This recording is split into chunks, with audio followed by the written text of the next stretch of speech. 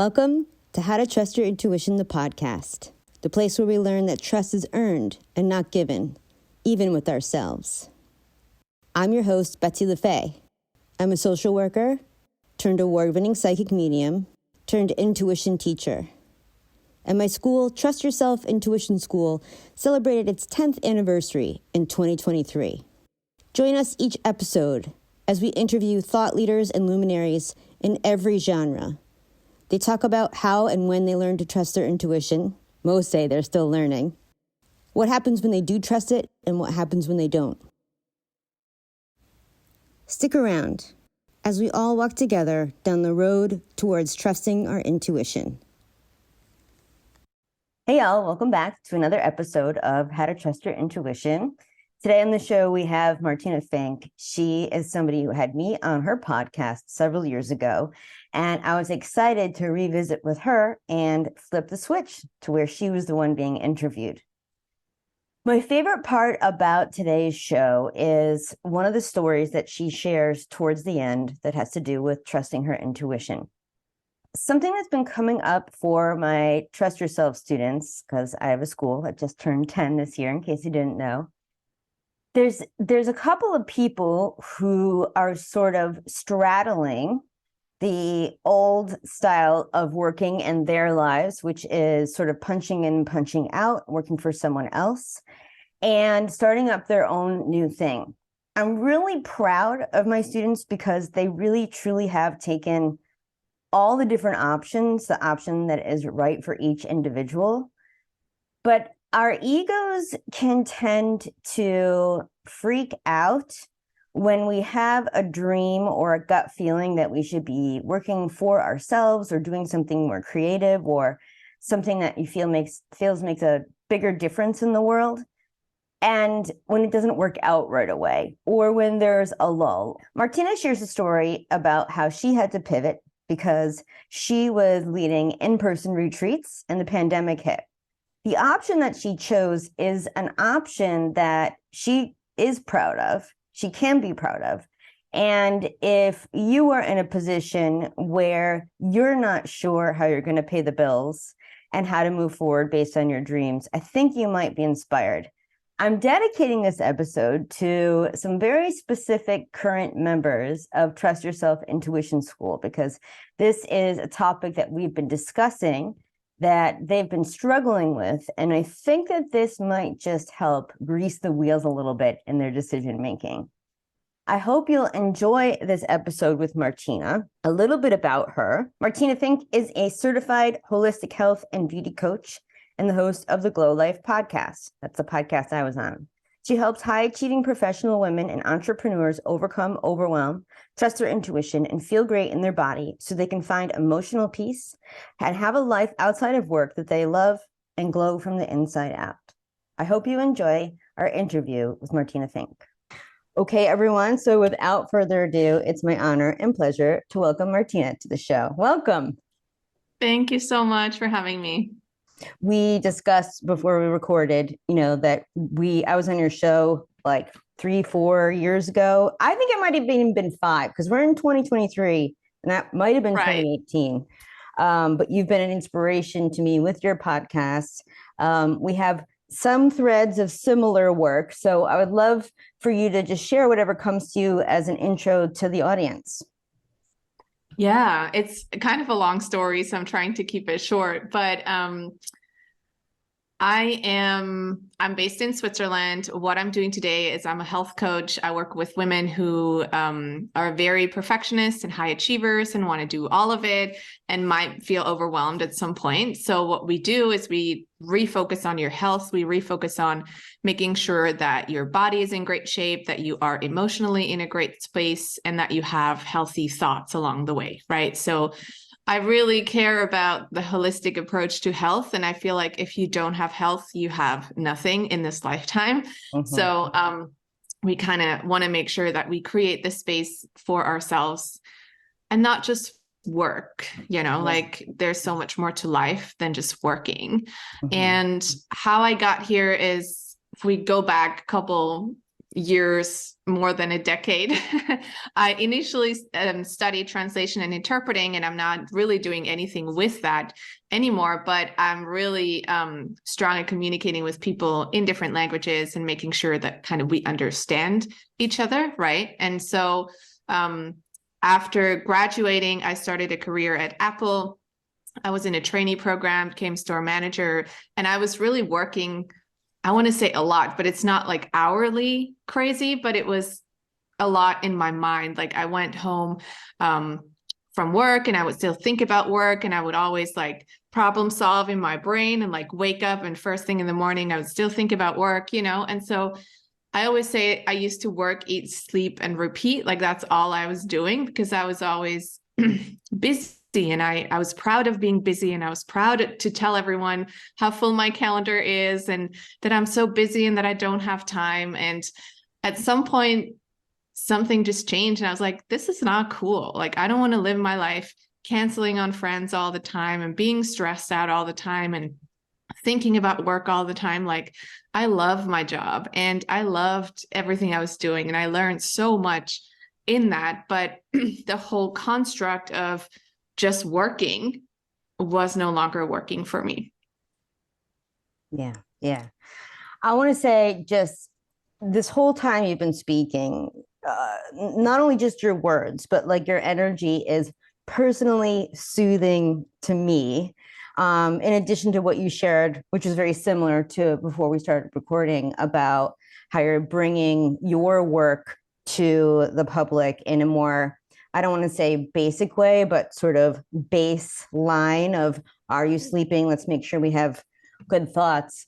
When I do coaching and also with my students, if I ever gave an assignment, I would say, I'd be like, okay, so your assignment is to what? Like, I don't know, meditate 10 minutes a day. Okay. And then I would say, but the real assignment is how you treat yourself around the assignment. So Yeah. the real assignment is, if you do not meditate all week, to treat yourself kindly. And that's what we're going to talk about.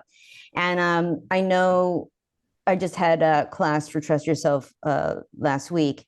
And that is what the students are dealing with: the work, the shoulds, the beating themselves up. So I think you already know this, but just to confirm, like, you're right in the zeitgeist. You're right on the tip of the wave there. So I want to thank you. And to have another healer, entrepreneur, someone who holds space and cares in the room, as it were, is very comforting. So just thank you for listening to yourself and other people and bringing your gifts forward. That's a great gift to us all. Thank you. Yeah. I think there's just so much pressure on our generation, millennials, and even, Gen Z. Like, it's all about like climbing up the ladder faster, getting to the top faster, wanting to do the next thing. Like, we get there and then what? It feels, it will still feel equally empty, even though we have the whole accolades and the validation and the compliments and all of that, if we don't really fulfill ourselves. So we can climb up faster and we can move forward faster, but the question is, how are you moving forward? Like, how are you feeling in the process of moving forward, right? Absolutely. Well, I'd love to know about how, when, if you're continuing to learn to trust yourself, to trust your intuition. I know that's something that you help other people with, but for you specifically, what is your story around that? Yeah, I was reflecting on your question. I was like, when did we actually unlearn to trust ourselves, right? Because we grow up, and I watch children in my neighborhood and I watch how intuitive they are and how they're like, I don't want to do this, I want to do something else. And they just go ahead and do it, right? And so at some point, we unlearn to do what feels right in our heart, and we do things that we feel logically make sense in our mind. And so there's this disconnect between the heart and the mind, where I feel like today most people live from the shoulders up, and like, this is their decision force, this is their brain power, and that's all great. But we also have a whole rest of our body, which is even bigger, like a much bigger part than just the brain. And how can we implement that? And how can we use that part of the body too? So Yeah. to answer your question, I want to say it's kind of hard to say when I started learning to trust myself again. I feel like I've always been pretty intuitive and confident in choices that I made in terms of like my career and studying what I loved and traveling to places I love to go to. So I feel like that has been really easy for me, but I did slide into the whole, you need to work, you need to have a career kind of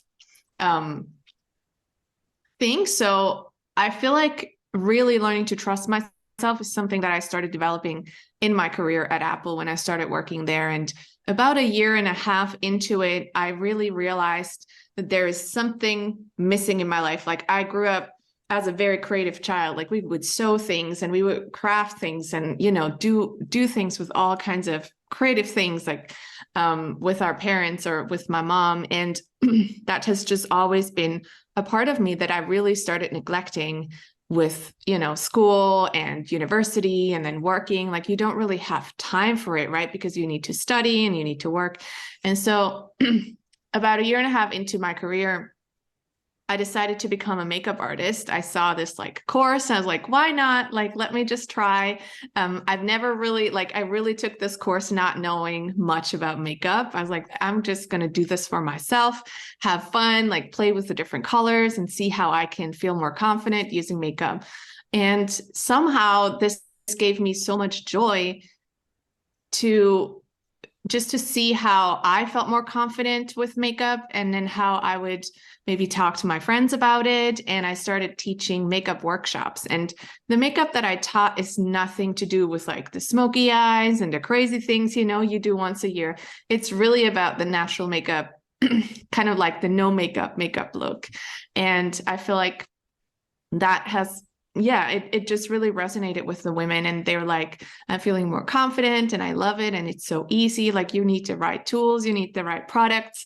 It just makes a whole difference in terms of the quality of the products. And so from there, I also noticed how many women were struggling with themselves and negative self-talk and saying like, I cannot do this highlighter. Like I'm not good at the eyeliner thing, or I don't look good on this. I don't like my cheeks or et cetera, et cetera. And that somehow just inspired me to learn more. And that's how I really got to health coaching, like help women with their skin from the inside and not just with, whatever creams to put on, and like really understanding what can we do and how can we learn to trust ourselves again. And so it's been a step-by-step unfolding kind of from there.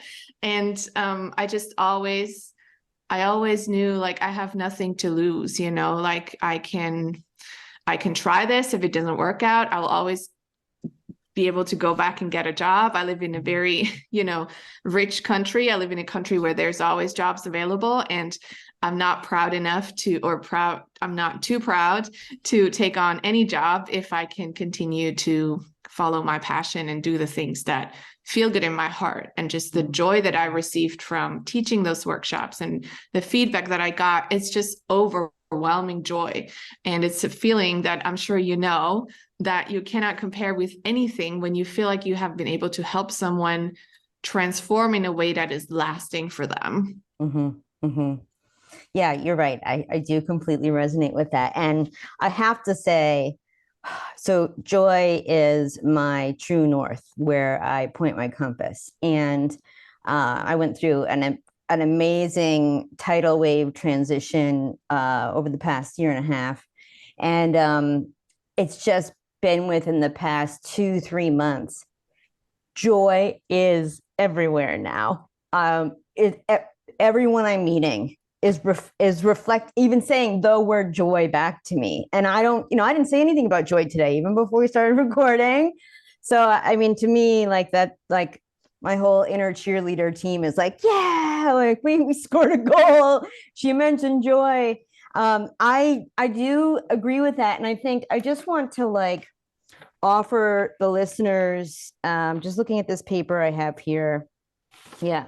So this is something that, as I mentioned before we started taping, in Trust Yourself class last week, all the students were shoulding on themselves in exactly the way that you were talking about. I should be working, and then beating themselves up. And it was a little bit more structured than I'm going to give it now. But we had this exercise where I was like, okay, you get to write down in 3 minutes, you get to write down all the things that you could be doing. If you want to write down work tasks, you can. It's no big deal. And so I wrote down a list as well. I'm going to read it. It's not very long. And then I added some that the students had on their list. So put my feet on the ground. That's my favorite way to ground myself, like shoes off on the ground. Lay down, go for a walk, drink water, text a friend, play with plants, which I love, play music, read a book, eat something, take a bath, stretch, watch the dodo on the internet with like interspecies friendships, journal, dance, and then someone added take photos, make tea, hug a cat or a friend, do a ritual, or do some coursework. And it was amazing because nobody wrote down any work tasks or any chores or whatever. So the message was, again, it was a little bit more modified and specific, but when they were stuck in this spiral of the shoulds, this like freeze mode, they can literally like close their eyes and point to something on this list, see if that brings them joy, and then go ahead and do it. And that's like almost giving themselves permission to do that. And it really does take away anxiety if you're doing something with your hands, or I literally did not know why people did jigsaw puzzles, and I never mentioned that. But then I was talking to the students and I was like, oh, now I know why people do jigsaw puzzles, because that's exactly, do makeup or do a jigsaw puzzle. And then it wound up on somebody's list. And I was like, that makes complete sense. And these things are, they're not as important. They're more important, just like getting sleep and treating yourself kindly. So thanks for bringing that up. I also want to just comment about what you said. It's not a backhand compliment, by the way. It's just a weird, specific compliment, because I've encountered so many people who have a certain amount of privilege, but then I guess will sort of squash that with feeling guilty. And I think maybe you didn't share it, but I didn't get it in your story that you felt that way. You're just like, hey, I'm going to throw this out there. And if it doesn't work, I can go work for Apple. I can go work in a makeup store, whatever. You've got many talents and there's many jobs available to you. If you had spent time feeling guilty, we may not be on the show today, right? You may not be offering those programs. Like, you may not have helped hundreds of women. And I think that's really important. There's something to be said about feeling guilty if you have done something to harm somebody, right? Like, you admit guilt and remorse, but taking up space and expressing your talents and trying something new, there isn't a reason to feel guilty that is in alignment with our highest good. So I just want to compliment you on that, and that makes me feel good. So yeah, thank you. Thank you. Yeah. I think it's often there's this feeling of guilt and shame, maybe a little bit, when we compare ourselves to others and we feel like everybody is struggling so much. So why should I be the one that is so happy and joyful and fulfilled, right? So I feel like a lot of people probably have subconscious shame and guilt around that. Yeah, I think for me, it switched when somebody once said to me, or one of my favorite coaches once said to me, that you're the vessel for your message. And that really helped me get out of my own way, understanding that it's not about me. It's not about like me being the famous, Martina glows or whatever. Like, it's about the message that comes through me and the people that are going to resonate with it through me because of my experience and because of my energy and how I, transmit it, because somebody else can have the same message and you may not resonate with them. So it's a very it's a mix of the message and having to come through me. That is what does the magic. And so that really helped me release the weird feelings around, pride and why should I do this and who am I and all that stuff. Because I felt like if I don't do this, all these people aren't being helped. Yes. Yep. Yep. So what about a time perhaps when your intuition said to do something and you did not trust it? You did not follow through, and what happened? Do you have a story for us? I do. And it's somehow related to what we talked about before recording. I have invested tens of thousands of dollars into coaching programs and personal growth. And I feel like in today's day and age, there's so much marketing out there that it feels so overwhelming. And for so many people, it's really hard to differentiate between what is real, what is good for me, what is fake, how do I even know, if this is going to help me. And obviously when you sign up for a program, you never know what the outcome is going to be, because it also depends on what you put into it. So obviously nobody can promise that you're going to get X, Y, and Z results, right? So this was about maybe 2.5 years. That's crazy. 2.5 years ago. It was two different programs. The first one was 10K. They absolutely overpromised. They said everybody in the program was at this income level. And that made me feel really good because I was at a certain level where I was like, I don't want to be in a program with newbies and beginners who don't have a website.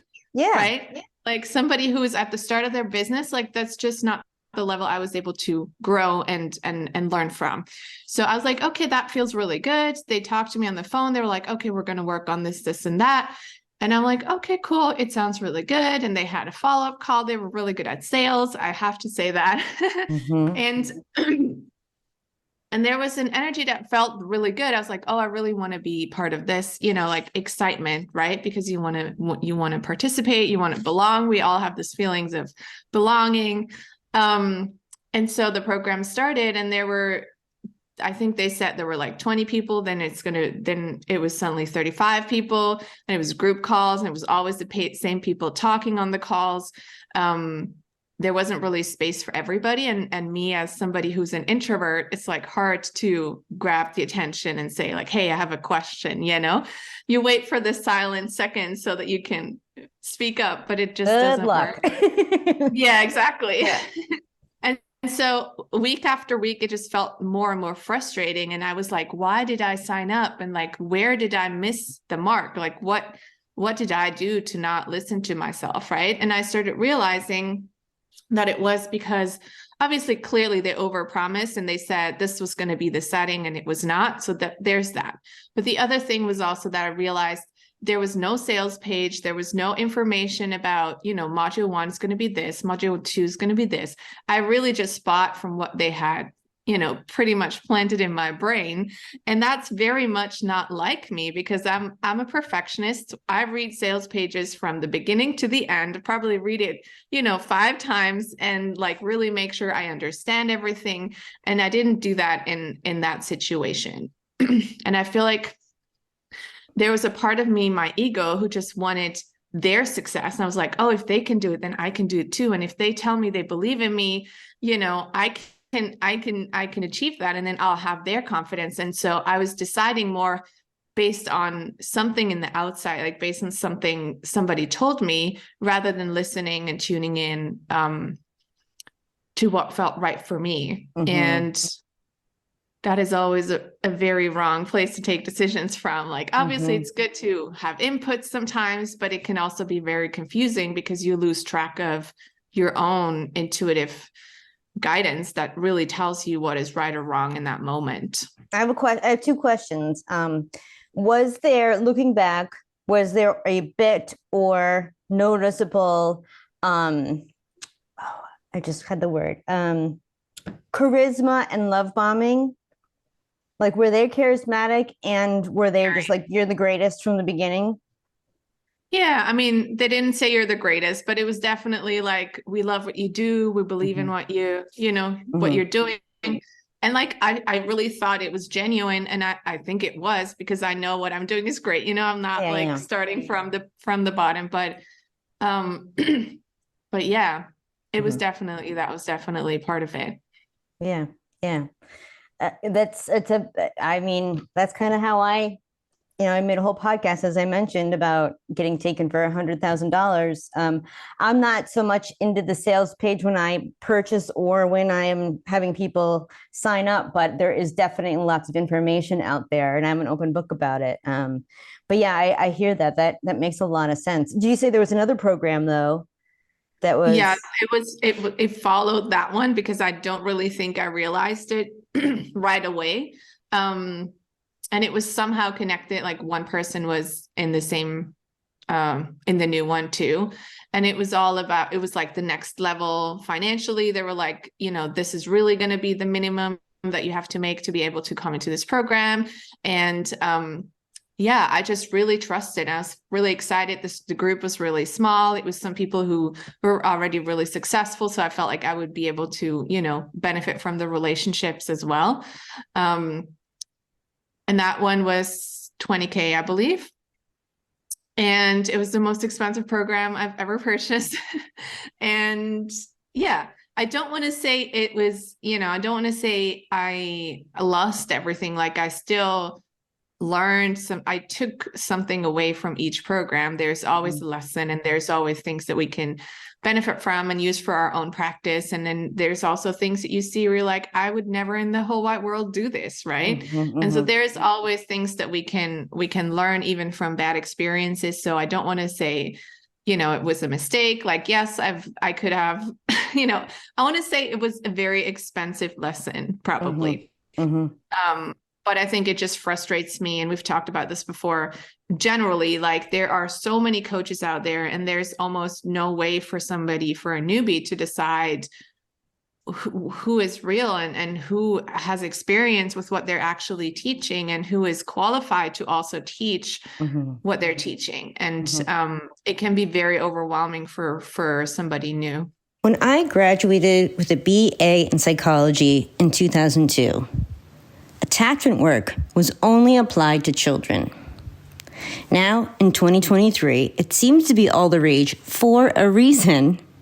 Because knowing your attachment type, there are three main types: avoidant, anxious, and secure, really changes your life.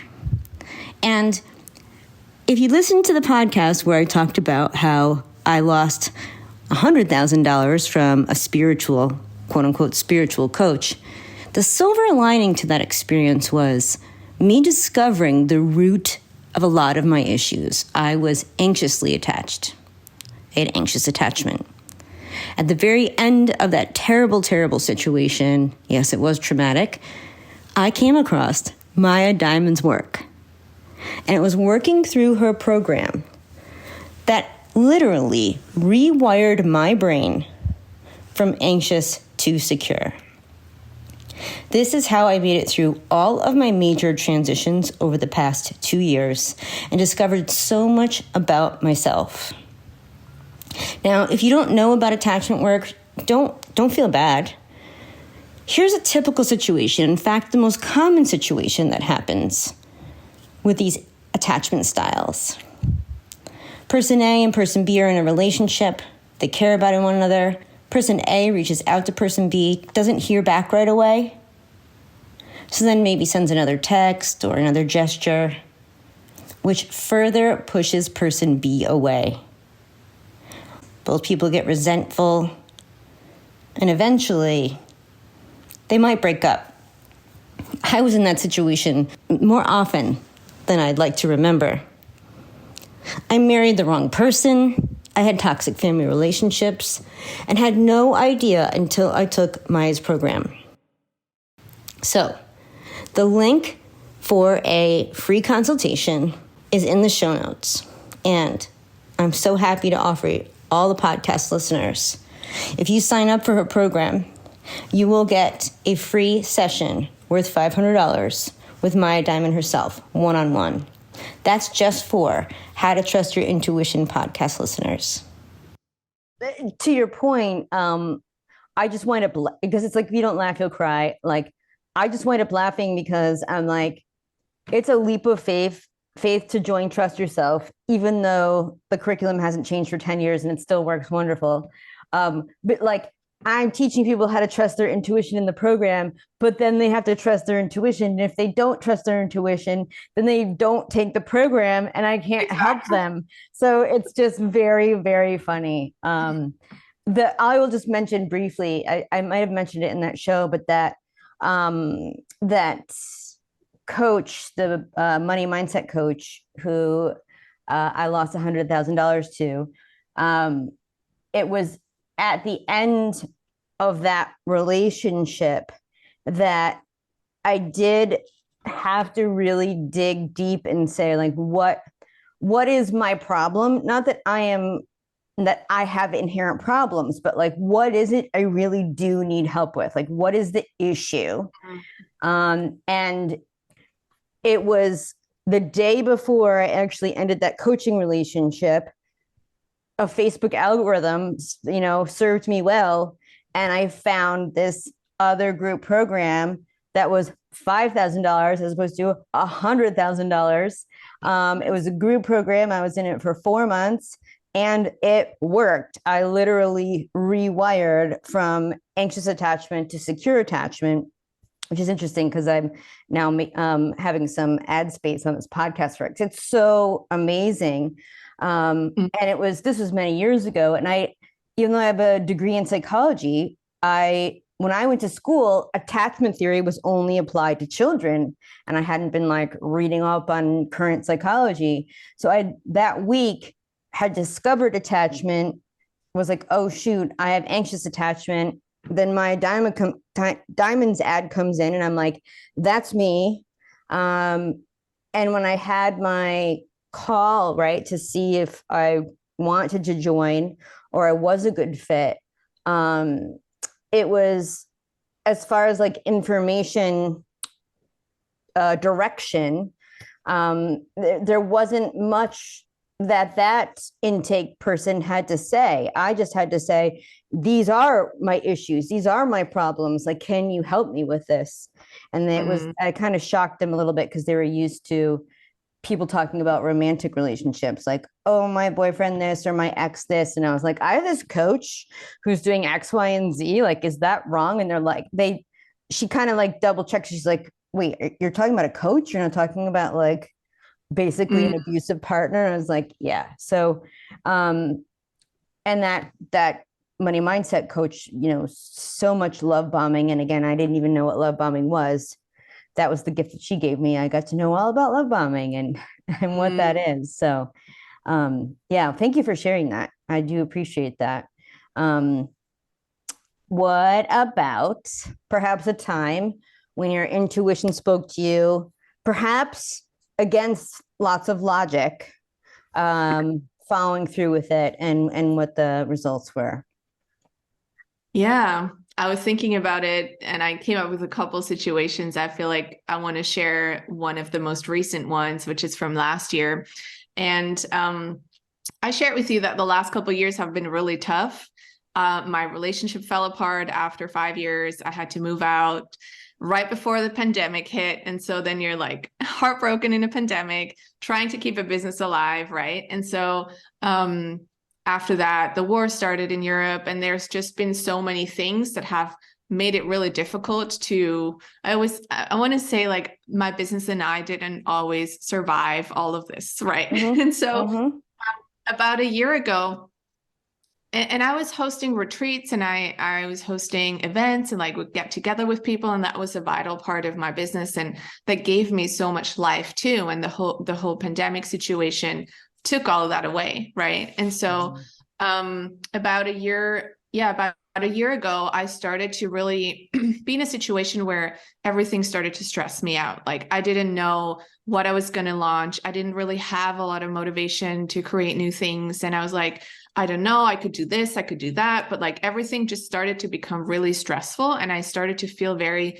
unsettled and very like ungrounded. And I had so many like all my energy was in my thoughts and worries and how I'm going to do this and how I'm going to, pay my bills, and this is coming up and that, and I want to be able to travel and I want to do all of these things, and I have my apartment, all of that, right? And so I remember being really emotional about it too. It was like, I didn't make it, I was having feelings of fear and shame and guilt. Like we talked earlier of like, I didn't make it. I thought I had made it in my business, but I didn't. And like, what does that mean about me and all that stuff? So I think I was going through a couple of weeks of immense, crying and hopelessness. And I grew up, being bullied in primary school. So I'm very familiar with like victimhood. And so I noticed myself falling into this place of victimhood of like, there's nothing I can do about it. Like, why is this happening to me?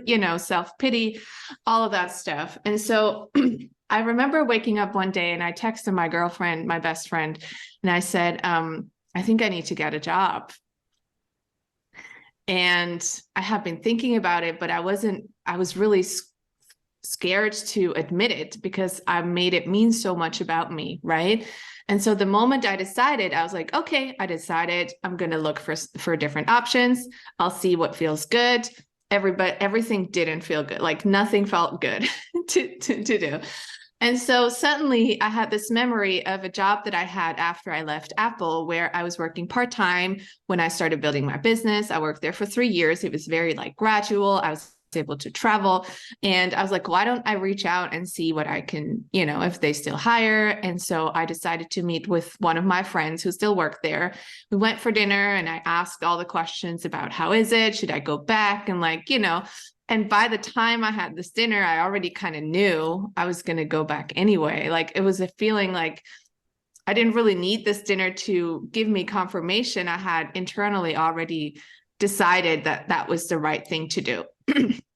And so I decided, I applied, and within 2 weeks I had a contract. Everything was so like smooth and effortless. It's almost hard to describe, right? Before I would put up all my stuff and like read through 25 times.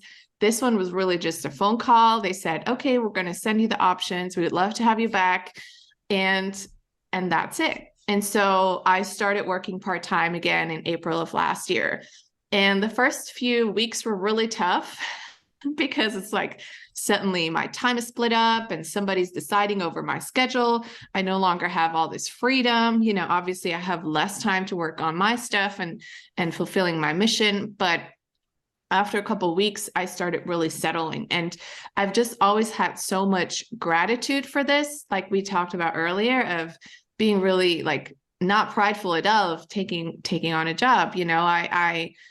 I know what my mission is. I know what I'm here for, and I'm going to do everything that's in my power to keep this going. Mm-hmm. And so I don't know how long this is going to be.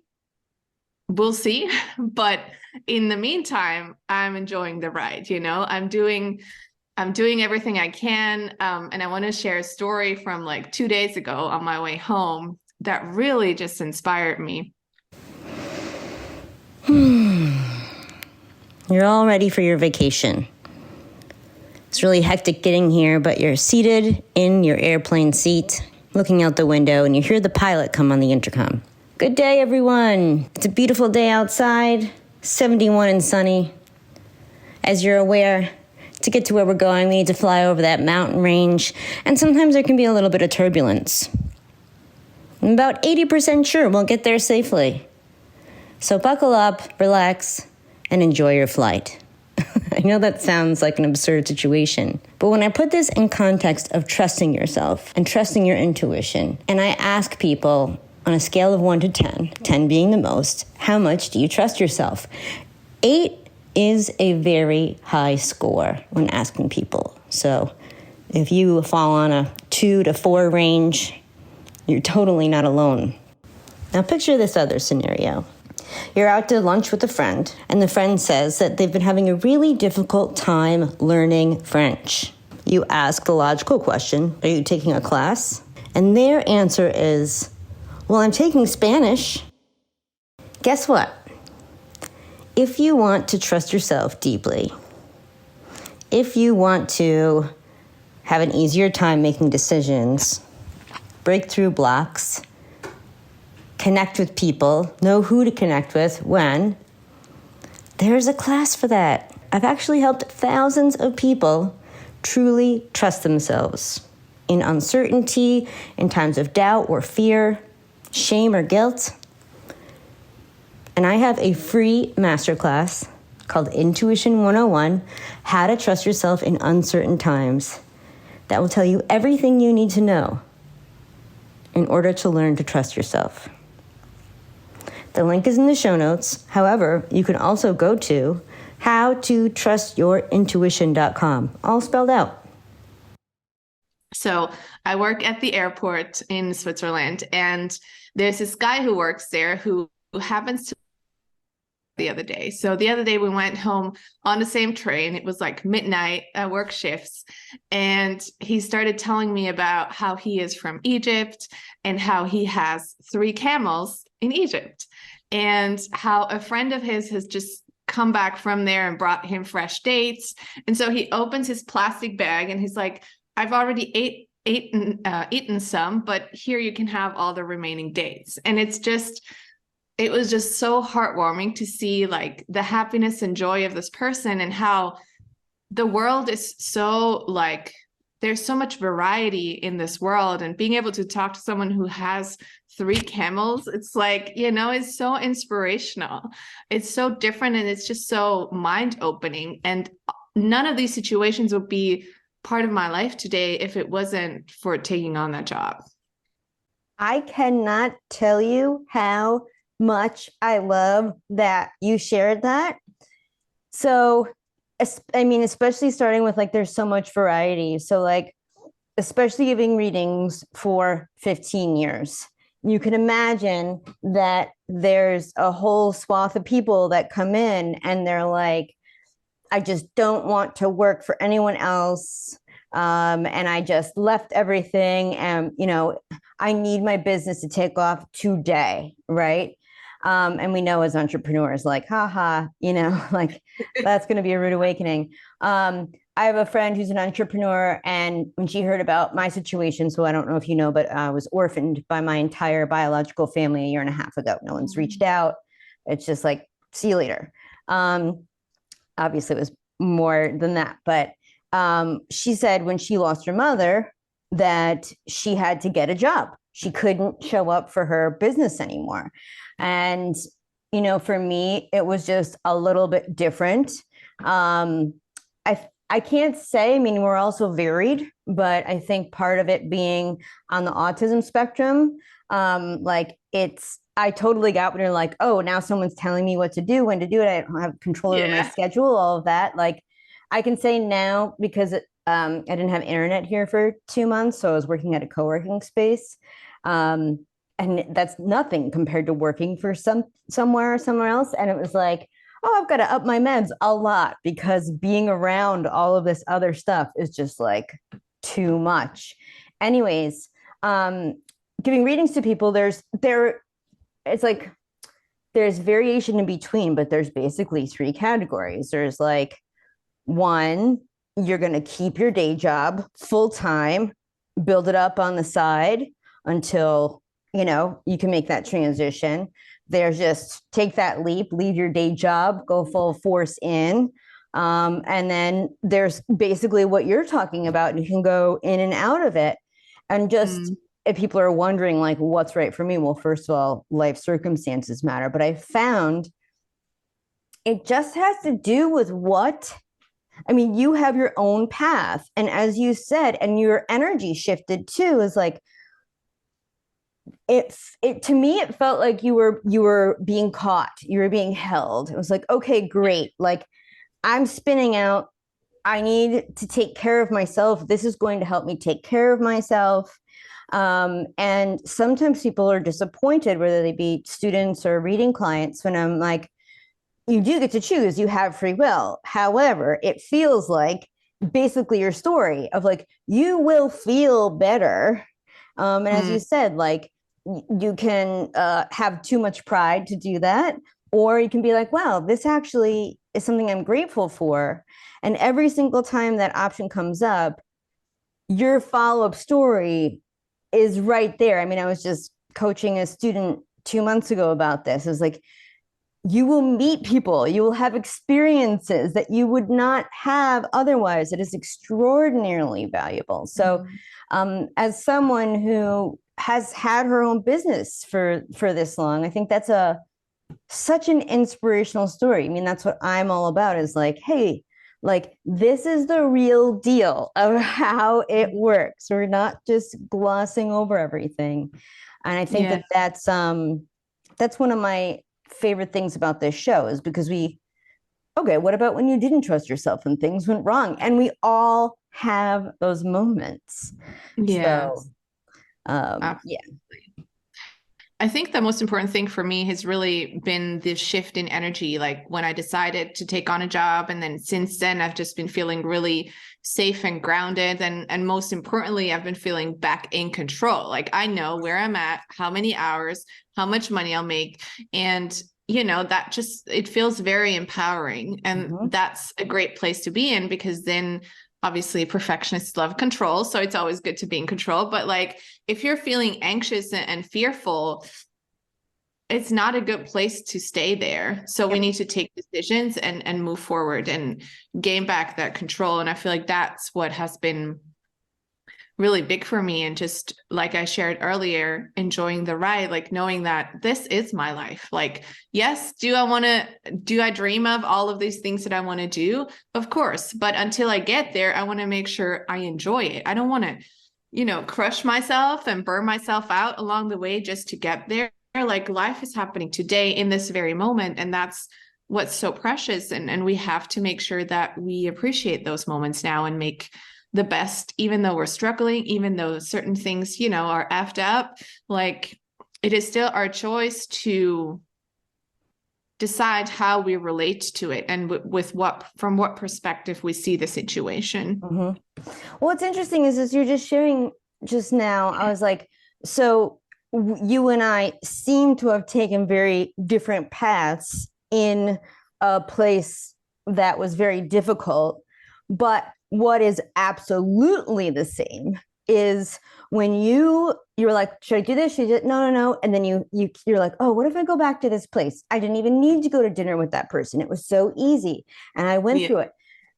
So that's where we're the same, because I don't have any options that can make me feel that way. In fact, if I think about any of the options, no matter what they are, it's like I feel crushed, right? And what it came down to with because I'm not opposed to that. But how I made the decision is, when I do that, my body literally breaks down. So it's like I do have a choice, but I don't have a choice. Like, and it seems like, it may be oversimplification, but if you did not get a job, your body might have broke down with all the stress and losing sleep. So that's where we're using the same tools. And that's what I love to highlight, is because I think our culture does romanticize just sticking it out. And I don't think that should be the case. I don't really have a choice but to do this, and I'm happy with it. It's the lens I'm seeing, right? I could be like, well, I don't have a choice, or it's like, no, like, great, but don't romanticize it. Romanticize your own life. you have some, and I did have a student who wound up getting a part-time job, and different details, but same energy that you were talking about, like, oh, I'm meeting people and it's a joy, and I'll have some more security and stuff like that. That's absolutely beautiful. Thank you for being so vulnerable. I really appreciate it. I'm just going to share this story because this is more about interviewing you, but as I'm saying, not everything's so glossy about trusting versus not trusting my intuition, a recent one. So cannabis used to be a medicine for me. I was actually even prescribed it, and I might get another prescription in the future. But I stopped actually because of someone who lived in Switzerland. I stopped smoking last year, Thanksgiving, so 2 Thanksgivings ago. Because at the time, I don't know what the state is now, but it was illegal in Switzerland, and I was thinking about moving there. So I was like, yeah, I don't really want to be breaking the law in a country that I don't even, have citizenship in. And it was just time. I was ready to have it be put away. I had other mechanisms that were helping me. So now that it's legal here, and I knew this was going to happen as soon as it was recreational legally in New York, I was like, it's gonna be like literally like on the street, like on the ground, like someone dropped some, because that's I've been to Amsterdam, like you just look down, there's like a bag of high quality weed on the ground because it's just everywhere. Just like you'll find like pennies on the ground. So on my birthday weekend, my birthday was January 22nd. That's when it happened. And it wasn't labeled. And the thing is that for people who don't know, there's hybrids of the strains, but there's sativa and there's indica. And indica is pain management, sleep. If you want to remember, it's into couch. So you smoke it or eat it and you sink into the couch. And sativa is sort of the opposite. You can be clear-headed and work and be very high functional. So I literally only can do sativa because I'll turn catatonic. So it wasn't labeled, so it was a risk. But my intuition was like, you know what? You're at home. Like even if it's indica, you'll be okay. And it turned out that it was high quality sativa, which is like rocking. I was like, yeah. Immediately, I wrote down all these things for therapy that I wanted to talk about. My whole house got rearranged, which is why I even have this background now. I didn't have this before. And I was like, oh, this is awesome. So super happy about that. And then this past week, I'm dog sitting for someone, and there's cannabis seltzer in the fridge, which edibles and I don't really agree with. And I was like, well, I don't know if this is sativa or not. And my intuition was like, nope. And I like went online to like research the seltzer. It didn't say what it was at all. And my intuition was like, nope. And I was like, wow, it would be so good if it was like sativa, like just like chill and get some stuff done. Didn't listen, drank the seltzer and had the worst day ever. I was one of those times where I was like, when is this going to end? When can I get off the couch? For Pete's sake, someone's got to cook and I live by myself. And it was like, nope, did not listen. So it's just a funny story about, I don't always listen, but I do listen more than I don't listen. So it's a process. And that's what I say, like your story included. If you tune in and you don't listen, you learn a lesson either way, right? Like I now, at least for several years, if not for the rest of my life, will not do something unless it's sativa in the right situation, set and setting, and I will not trust a love bombing, charismatic money mindset coach, So, all right. Well, how can people get things from you, programs, your information, your podcast, your website? What do you want to tell people about? Yeah. You can find me on martinafink.com. That's the website. You'll find all the current programs on there. There are some options for individual one-on-one intensives if somebody's like new and would like to, start slowly. And you can find me on Instagram at Martina Glows. And the podcast is called the Glow Life Podcast. We're not currently recording new episodes, but there are, I think, 139 episodes that you can binge listen if you want to. One of them is an interview with you. And I think that's pretty much it. Those are the most important places. I'll put the links down in the show notes. So this has been amazing. Thank you so much for coming on the show. And again, for sharing your honest stories. They've been healing, inspiring to me. And I'm just like, I've literally never heard of a leader sharing the stories that you shared that are like literally what I've been preaching. So I hope that helps other people. So thank you so much. You're so welcome. Thank you for having me. And I think, you and I are both examples that there is no right way. Like there's no right decision. I don't believe in right and wrong decisions. There's just a right decision at a certain time, and we'll always be guided to the next step regardless. So Always changing. Believe in yourself, know that you're enough, know that you have everything that you need. You don't need fancy things and expensive programs. Some can help, but it's not that you're dependent on those. Like you already have everything inside of you. Yep, I agree with that. And with that, we'll say until next time, may your intuition be with you, everyone. How to Trust Your Intuition, the podcast, is written, produced, and created by me, your host, Betsy LaFay. Music provided by Ben Talmy. If you don't want to be like that pilot that is 80% sure you'll get to your next destination safely, and you want to take the right class to learn the right language, and guess what? Intuition is a language. Head over to howtotrustyourintuition.com. I hope this podcast has been helpful to you. If it has, please forward it to a friend who you think it could also make a difference for. There's something that you can do for me and everyone else who listens to this podcast as well. If you hit subscribe, you'll never miss another episode. It'll also help the show get to other people. And of course, I know you've heard other podcast hosts say this before, but it's totally true. If you leave us a 5-star rating and a review, it helps other people like you discover this podcast. We all need to learn to trust our intuition. So, hit subscribe, give us a 5-star review, and write a little blurb while you're there. Your intuition will thank you.